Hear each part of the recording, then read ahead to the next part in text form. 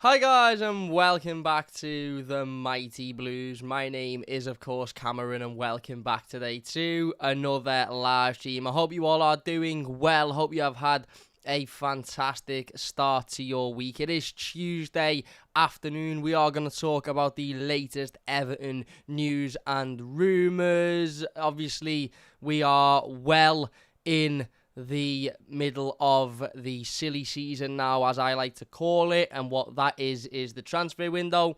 Everton have been linked with about 623,000 players so far, however, none of which have actually had anything serious in them as of yet. Anyway, I'm not saying that, the players that we've been linked with will not eventually end up signing for Everton, or at least some of them, or at least one of them. But what I'm saying is obviously nothing is any further than just a rumour at the moment and something that is worth keeping an eye on. We obviously haven't signed anybody yet. We've just revealed the new kit for the new season last Thursday. If you haven't checked out our reaction to the new kit and obviously all of the new gear as well, the alternate shorts and socks and the goalkeeper kit as well, then please do go and check that out after this live stream. But we are here to talk about the latest news, the majority of it obviously being transfer news. At the moment, we sit on the 4th of July. As I've just mentioned, Everton are yet to sign a single player in this window. Not surprisingly for Everton Football Club. I know we'd all sit here and love to support a football club that makes, 3 or 4 signings before the transfer window's even opened and has all of these deals and all of these players lined up to come through the door, on day one and all sorted to join the club for pre-season on the opening day. But let's be honest, that's not what Everton do. Everton have never been like that. They've never been like that in my entire life, and I don't expect them to change anytime soon. And that's not me excusing that, but that would be the workings of what is a well-run football club and a football club that is ran appropriately, and we all know, as Evertonians, that Everton Football Club is far from ran appropriately and far from ran well. So, yeah, again, it doesn't surprise me that we sit here in the first week of July with no signings. Do I think we will go the entire transfer window without signing anybody? No. I think Everton will sign players this summer. I understand the sort of stress and I understand the anxiety around it because deals aren't being done as of yet. But, if you look back to the previous years, some of our previous transfers have been sort of our first transfer of previous summers have been, in the middle of July. I think last season's was James Tarkowski on the 2nd of July, I believe. Previous seasons we've done business in mid-July. We've even done business in August in some seasons, as in terms of our first incoming transfer. So, yeah, again, I'm not overly worried about the fact that Everton haven't brought anybody in yet. I'm worried about who Everton will bring in slightly. I'm worried about the finances Everton have got at their disposal to be able to bring in players, yes.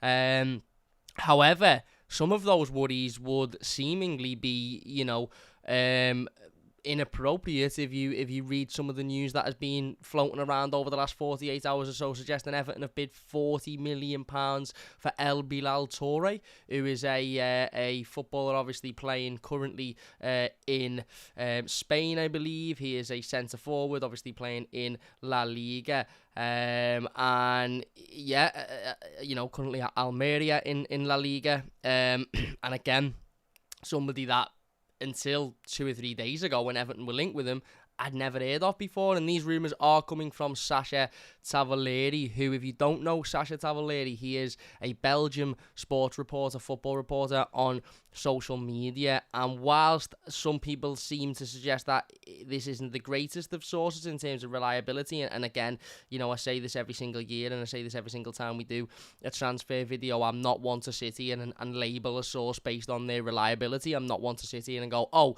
this comes from a very reliable source, so therefore this must be true, unless it's your Ornsteins, your Athletics, your Fabrizio Romanos, Paul Joyce, people like that almost are incredibly reliable and don't put their neck on the line unless they believe what they are reporting to be true.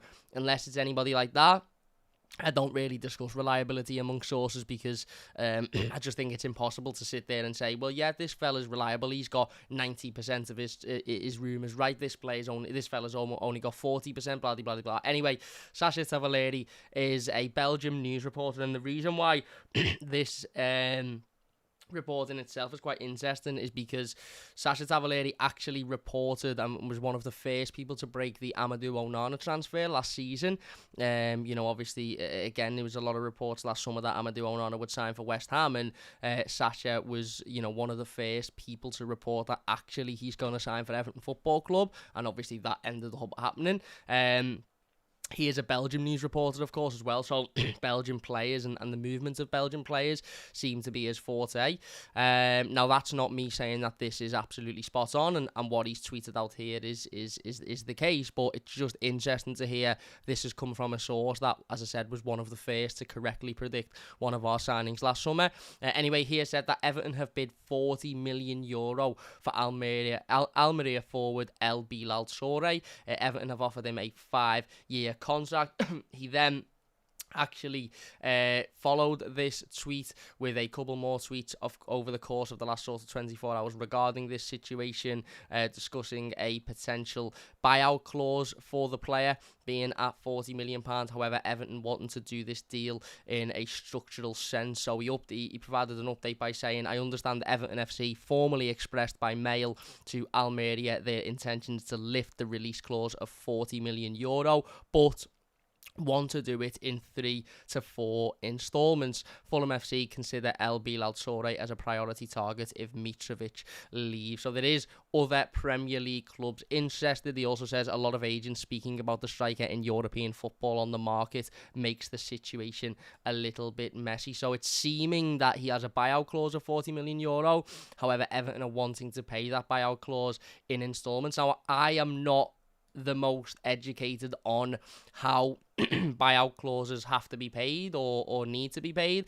I've seen a couple of people on social media yesterday suggesting that if you do lift the buyout clause, if you trigger a sort of release clause as it's known in football, then you have to pay that full clause in full. You can't sort of pay a £40 million release clause in 3 or 4 instalments. If you are triggering the release clause, if you're triggering the buyout clause, that has to be paid sort of as an upfront payment. Again, I don't know whether or not that is true because I don't know the ins and outs of football. I don't know, the ins and outs of football finances and release clauses and things like that. There's many more educated people on these types of platforms that will know that and will be able to answer that. And hopefully we get an answer to that in the coming days and weeks. However, if that is the case, then that would likely see Everton needing to pay a little bit more. So, for example, pay maybe £42 million and it not actually triggering the release clause because it is over the release clause. But that would mean, obviously, Everton would be able to pay it in instalments if that was agreed with Almeria. Because, of course, it wouldn't be the release clause being triggered. We'd actually be paying more than that clause. Again, I don't see why Everton would do that if you can pay a release clause in instalments. But if you can't, then maybe that's sort of where those negotiations are at the moment, is Everton saying, well, listen, we can't afford to pay £40 million up front straight away, but we will pay a little bit more if we can pay it in instalments. Sasha Tavaleri also reported yesterday that the CEO of UD Almeria confirmed that Bilal Touré had an offer sent by Everton. Apparently, the president or the CEO of Almeria was asked, will Bilal be the first? How many real offers do you have on the table for the Malian striker?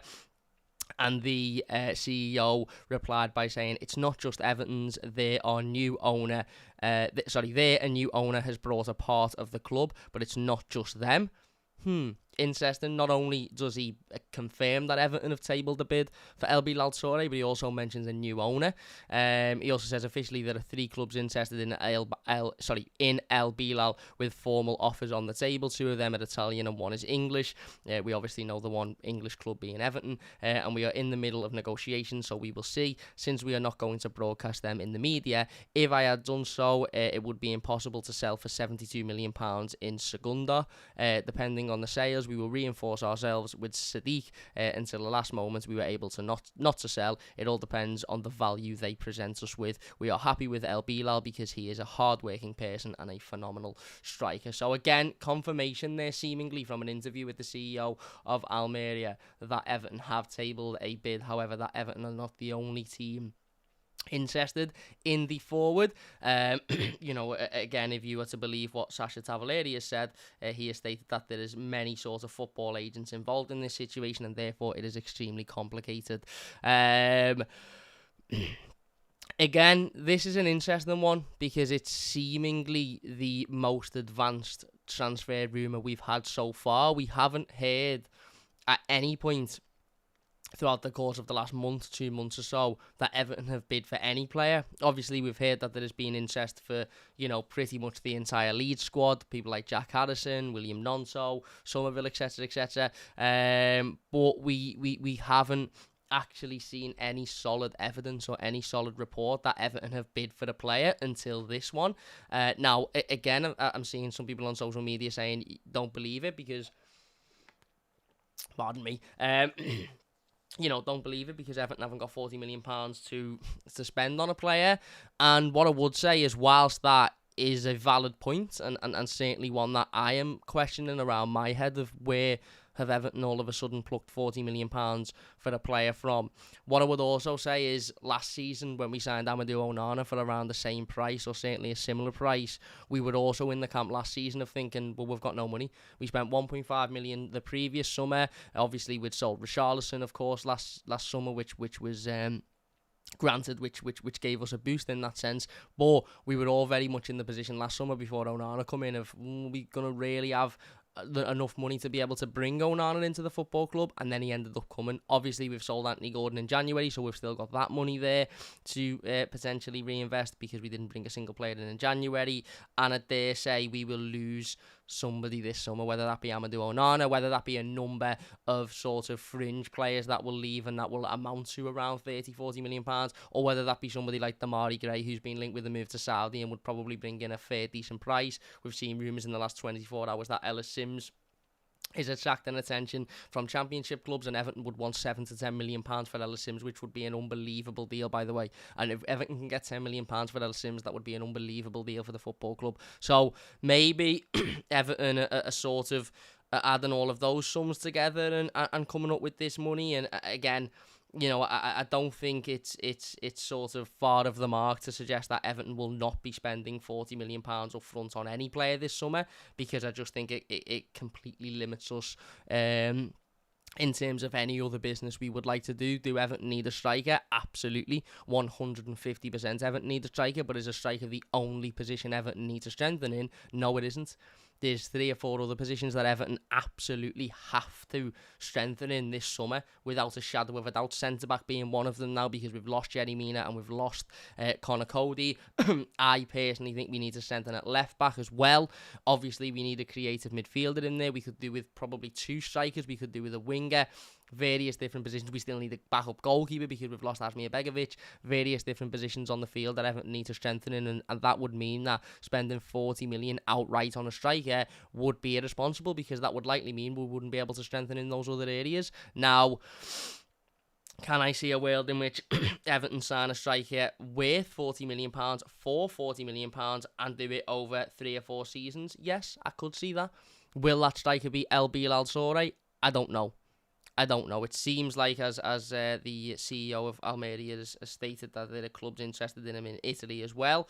And, again, where there is football agents involved, and a lot of football agents involved, and a lot of sort of negotiation involved, there's usually difficulty, and I dare say that there will be a lot of people in this deal that will want the most money out of it, and that would mean that Everton's position would probably not be the greatest in terms of needing to pay this money over, a period of years in instalments. However, again, you don't know. The player might look and think, no, I want to go and play in the Premier League. I don't want to go and play in Italy. I want to go and play in the Premier League, and I want to go and make an impression. And for me, the way in which Everton bring in players this summer, certainly young, exciting players that you want to bring into a football club, players that are really good players but have got potential to be better, the way in which we have to present ourselves is as a stepping stone club. And I know some people don't like to hear that, and I know some people don't want to hear that, but Everton need to be approaching these players saying, listen, come to us, come and have a decent couple of seasons here, and then, you know, you can then move on to go and, you know, you will get attention by Champions League clubs, by European clubs. If Bilal Touré comes to Everton and has a great 2 seasons, he will be linked with Tottenham, he will be linked with Manchester United, he will be linked with Chelsea, he will be linked with all of the sort of top end clubs in the country. Maybe not Manchester City or Liverpool for obvious reasons, but he will be linked with clubs that are in Europe and playing in European competitions without a shadow of a doubt. Because every time an Everton player does well, every time we have a player that is, you know, playing well, working hard, scoring goals, they're always linked, you know, historically. Ross Barkley, Romelu Lukaku, Mikel Arteta, Anthony Gordon's gone to Newcastle, who are now in the Champions League, and he wasn't even that great. There's another one who's just completely lost track. John Stones is now a treble winner, obviously done well at Everton, moved on to Manchester City. There's history to show that if you come to Everton Football Club and you do well and you play well and you improve the team and you stand out in the Premier League, you will get a move to a club that likely are playing in the Champions League, or certainly in the European competitions, if you aren't playing in that competition with Everton. That, for me, is how Everton have to market themselves this summer. It helps Everton because the player is coming in wanting to improve and wanting to ultimately, show that they're good enough to play at the top level. And in doing that, they will improve Everton. And if Everton continue to do that and bring in players that will improve Everton, even if those players do move on after 1 or 2 years, Everton will gradually get better because these players are coming in and improving Everton. And it's a much more lucrative offer to the player, isn't it? You know, come over, you're playing in the Premier League, the best league in the world, etc., etc. And if you do well for a couple of seasons, you might go and play for one of the top teams in the league and potentially win titles and Champions League, etc., etc. We, as much as that might be tough to hear, and as much as we mightn't want to accept ourselves as a stepping stone club, and we mightn't want to accept ourselves as a club that, bring players in with the ultimate long-term vision of moving them on, that is where we are at the moment. I don't think there will be many players around the world that would want to come to Everton on the auspices that Everton is their ceiling.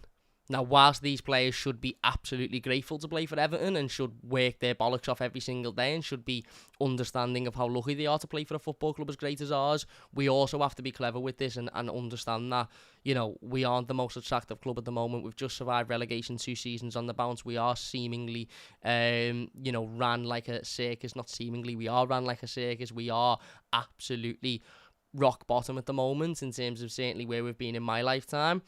However, as I said, it only takes a clever bit of marketing. It only takes that conversation to say, listen, you know, come in, improve us, do well for us, work hard, battle. You'll be loved by the fans. Ultimately, you will. And Richarlison's another fine example of this. He come in, he worked hard, he gave us 4 fantastic seasons, he was loved by the fans, and he ultimately went on and moved on to a club that were playing in the Champions League last season. Okay, not this season, but he's gone and moved on to, you know, a club in the capital of the country with ridiculous amounts of money, fantastic facilities, and will undoubtedly be a Champions League club in the next couple of seasons again. That is the only way we are going to attract these young, up-and-coming, hungry players who want to move to the Premier League to, you know, further their career. Do I think Everton should only be looking at those types of players? No, because there's no guarantee that Bilal Touré comes into Everton next season for 40 million quid, scores 20 Premier League goals, and keeps Everton in the Premier League. No way that happens. No way that happens. No way that is a guarantee. It could happen, but no way that is a guarantee. And therefore, we need to sign guarantees this summer. Now, a guarantee might be somebody like Dembele, who could come in on a free transfer, proven goal scorer, get 10 goals this season, and he could come in alongside somebody like Touré, who maybe gets 9 or 10 himself, 20 goals between them. Touré's a young player learning off him, and Dembele is your guarantee. Nobody is a guarantee. Unless we're signing Harry Kane or Erling Haaland, there isn't one striker out there that you would look at and go, they are guaranteed to come in and score goals next season in the Premier League. Nobody, other than, as I said, the ones that I've just mentioned, who obviously are never coming to Everton, although Harry Kane is for sale. However, we need somebody that is as close to a guarantee as possible. Somebody that we can look at and go, well, they have a proven track record of scoring goals in the top leagues for the last 4, 5, 6 seasons. Bring them in, and then you bring in somebody like Touré alongside them to learn from them, and ultimately to provide that little bit of youth and that sparkle as well. But would I be happy Everton just leaving this transfer window only with Bilal Touré? Well, I'll be happier than I am now, because at least he's somebody and at least he's a striker. But it would still worry me, because you are then putting a lot of pressure and a lot of a lot of weight on the shoulders of a 21-year-old who, of course, has never played in the Premier League before. Let's have a little look at his stats last season. So he played 21 games in La Liga for Almeria. He scored 7 goals and got 2 assists. He played once in the Copa del Rey, and he also played 3 times in Ligue 1 last season, obviously moving from Stade Rennais. Look at his season before at Stade Rennais. He played 21 games, 2 goals and 4 assists in Ligue 1 for them. As I mentioned, 21 years old, very, very highly rated. He apparently is contracted to Almeria until 2028. Only joined last year in 2022. So somebody with very clearly a high ceiling, and somebody that is very clearly highly rated. By all accounts, a hard worker. By all accounts, a good trainer. Somebody with the right attitude. Somebody with the right mentality. And I absolutely would welcome him at Everton Football Club. However, this strikes me as a deal that is going to be difficult to complete. And what I don't want is Everton to spend 3, 4, 5, 6 weeks on this deal and then it not come to fruition because, somebody else has come in with a bigger upfront offer, or the players actually turn around and go, no, do you know what? I've got a club in Italy there that I can go and play in the Europa League with, so I'd rather go there. It's imperative that Everton put their offer on the table to Almeria. Listen, we'll pay 42 million quid. We'll pay it over 4 seasons. Do you accept it? Yes. Fine, brilliant. Let's talk with the player. Do you accept it? No, sound. We're going to walk away and move on to somebody else now. Don't spend 4, 5, 6 weeks on this player and then have us rushing around in the last couple of weeks of the transfer window because he hasn't signed, and we've then got to go out and bring somebody like Neil Maupay in who simply isn't good enough. But yeah, interesting one, certainly, because as I said at the start of the live stream, he is a player that ultimately is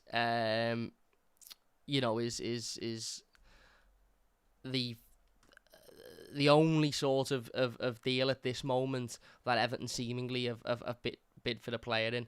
Obviously, we've had a lot of rumours and we've had a lot of discussions about various different players, but none of which have been particularly, concrete, whereas this one seems slightly more concrete than the others because this is suggesting that there's an actual bid on the table for the player.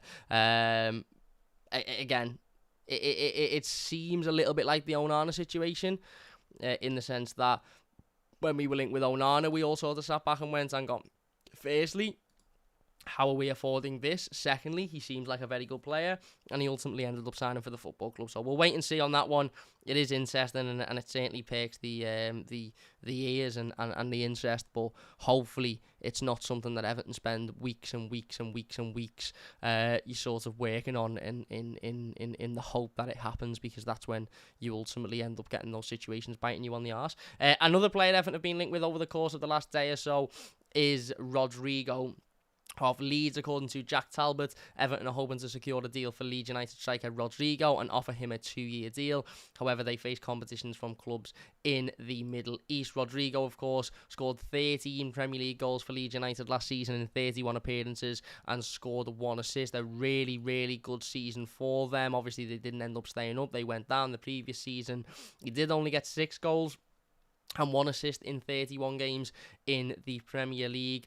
However, as I said, is sort of his hype at the moment, and the discussion around him is based off of how good he was last season. The season before that, he scored 7 goals and 2 assists. So, again, in his time in the Premier League as a Leeds player, he has scored, bear with me 2 seconds. Oh no, that's far too much working out for me to be able to do on the spot. Anyway, 13 goals, 1 assist last season. He is 32 years old, so he is coming towards the end of his career, and there's an argument to be had that he will not get any better than what he was last season.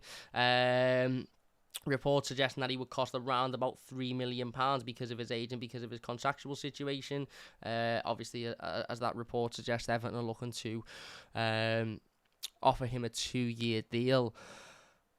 Again, it's a little bit, it's madness, isn't it? Because in an ideal world and in an ideal situation, you would look at somebody like Rodrigo for £3 million and you'd go, yeah, do you know what? Take a punt on that. £3 million, basically nothing at all. Scored, 13 Premier League goals last season. If he comes in and he does well, great. If he doesn't come in and if he comes in and he doesn't do well, then it's only £3 million. We haven't wasted much.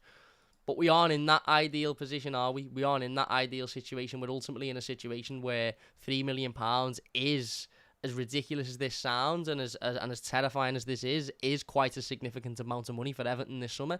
And if we are to spend £3 million on Rodrigo and it not to work and him not to get anywhere near the level that he was last season, then we will all be sitting here ultimately in January thinking, could we have saved that money and spent it elsewhere? Now, again, there's another argument to suggest that if we sell Ellis Sims for more than £3 million, which is likely, and then we bring in Rodrigo, is that a good deal? Well, yeah, it is, because Ellis Sims for me isn't a Premier League player.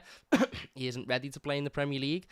And whilst he's a lot younger than Rodrigo scored 13 Premier League goals last season, and 13 Premier League goals last season for Everton would have put us in a much more comfortable position. Again, for anybody getting excited about this, I wouldn't hold your breath just yet. The part of that sort of statement that I have thought a lot about is the part that says they face competition from clubs in the Middle East. I don't know a lot about Rodrigo. I don't know a lot about his character. I don't know a lot about his personality. However, if I am a 32-year-old Brazilian who has just been relegated, had a decent season in the Premier League, and I've been offered millions and millions and millions of pounds a year to go and play in Saudi Arabia for a couple of seasons, or I've been offered, a fraction of that amount to stay in the Premier League and try and be the main talisman in another team that are going to struggle this season, or certainly have struggled for the last couple of seasons, what option am I picking? I personally can see Rodrigo going to Saudi Arabia, if I'm being honest. I personally can see Rodrigo choosing the Middle East, not Saudi Arabia, the Middle East. I could personally see Rodrigo choosing that option because it's an easier option. He will be paid a ridiculous amount of money. The pressure and the stress and all of that will obviously not be anywhere near what it would be at Everton. Spanish, sorry, did I say Brazilian? Spanish, sorry, my apologies. And, obviously, again, he's got no affiliation to Everton. He's got no... there's nothing there to suggest that he would want to play for Everton if he is offered such a big deal elsewhere. Now, again, there's absolutely nothing to suggest. I do think there's sort of a misconception at the moment that every player linked with Saudi Arabia or with the Middle East is going to go over there for 40-50 million quid a year. That might not necessarily be the case.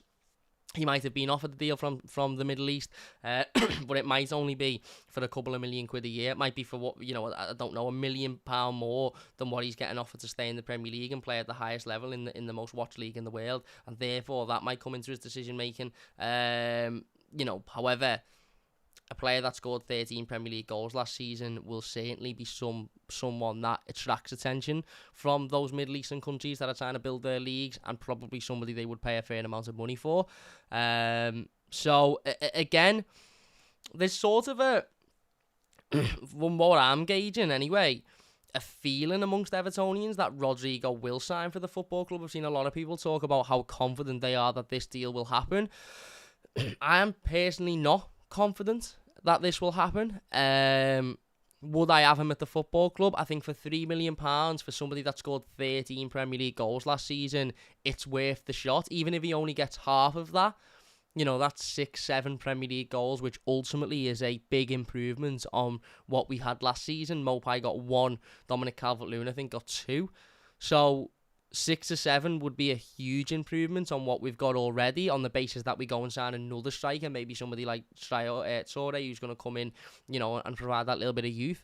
However, again, I think his wage might be a bit of an issue, especially if we've got, competition from those clubs in the Middle East that are able to pay, millions and millions of pounds a year for players. And again, I think his motivation as well. Look, if he wants to remain in the Premier League, then, obviously it's a no-brainer. But, realistically, as I said, 32 years old, Spanish, no affiliation to Everton, just had a brilliant season in the Premier League. If I'm in that position, let's say if I'm 32 years old, as I am now, Cameron A, and I've got, I don't know, let's say Nottingham Forest knocking on my door. Do you want to come and play for us for, I don't know, let's say £2 million a year? Do you want to come and play for us? And I've got a club in Saudi Arabia saying, we're going to give you £10 million a year. Come and play for us, 2 seasons, £20 million, sound. You're probably looking going, well, I've just had a difficult season, mightn't be able to reach those levels again. This is a lucrative offer. I'll look at that. I don't know. Again, I don't know Rodrigo. I've never spoke to him. I don't know him personally, and I don't know much about his character. So maybe he is the ultimate sort of competitor, and maybe he wants to stay in the Premier League, and maybe he wants to prove himself. And if he does, £3 million, again, 13 Premier League goals last season. Age, of course, is a massive factor, but he's not going to be signing on a 5-6 year deal. So if you were to say to me now, Cam, Rodrigo comes in, £3 million, and he scores 8 Premier League goals next season, but he then sort of, the following season he's not great, the season after that he leaves, I think I'd probably take it, given how many forwards are there out there that you could look at and say, I think he'll get at least 8 goals next season for Everton in the Premier League.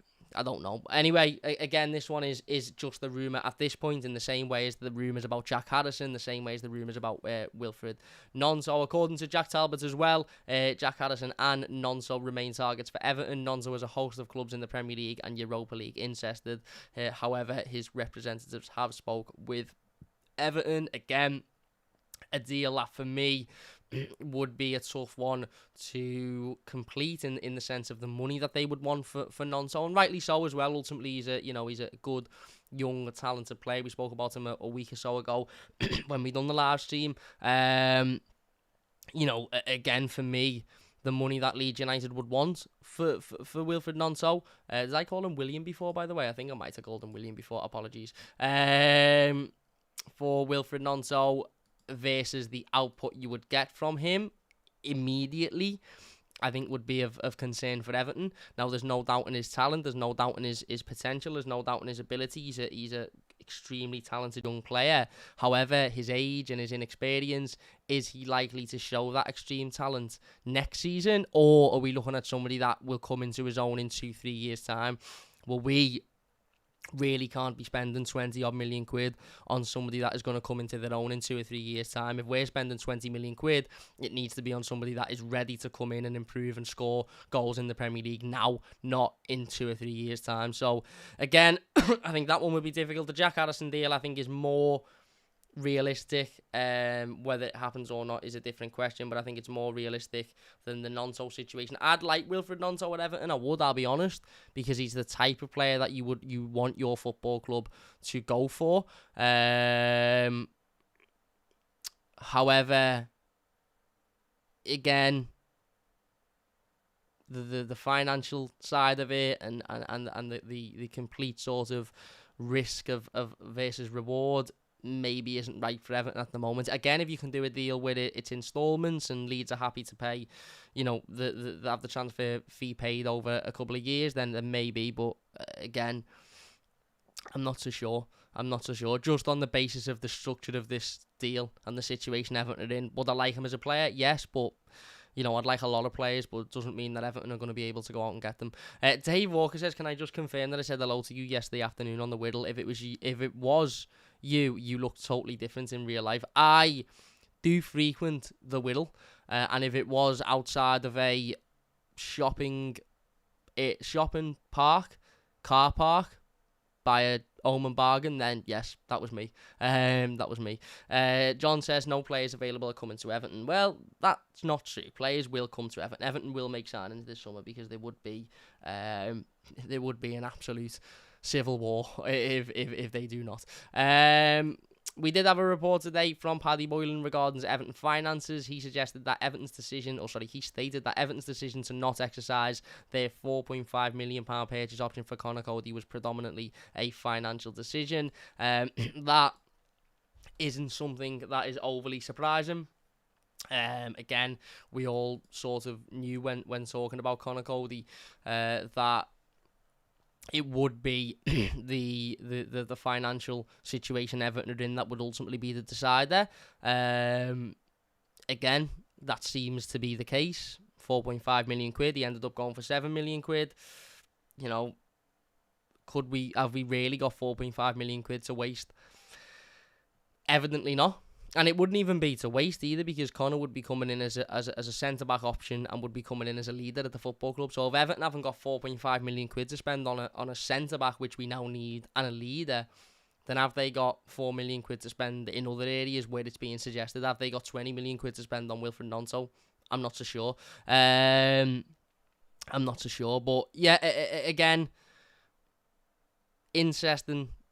You sort of take that Paddy Boylan article. If you haven't read it, go and check it out on The Athletic. But interesting take on the position that Everton are in and the situation that Everton are in at the moment. We all knew that the Conor Cody situation was because of the finances, but it's a lot more damning when you actually read into it and you actually understand the situation that we're in. Dave says it was, yeah, lol. You're well tall. I had no idea. Nice to have met you anyway. Thanks for saying hi back. No worries, mate. No worries. Nice to have met you. I'm not that tall. So I'm just sitting down at the moment there. But no, nice one, mate. Really, really appreciate you coming up and saying hello. A couple more then before we leave. Former Everton player and assistant manager Duncan Ferguson has left his role as League 2 manager of Forest Green Rovers. Not so sure why that is. I seen an interview with Dunk on the Forest Green Rovers Twitter a couple of days ago, talking about pre-season and what their pre-season looks like, and all of a sudden he's left the football club and will not be taking pre-season. Again, not sure why. Don't really know the ins and outs of that. I'm sure I could find out the ins and outs of it, but interesting. And then according to Sports Pete O'Rourke, MK Dons and a host of Football League clubs are interested in taking Everton defender Reece Welsh on loan next season, or this season, should I say.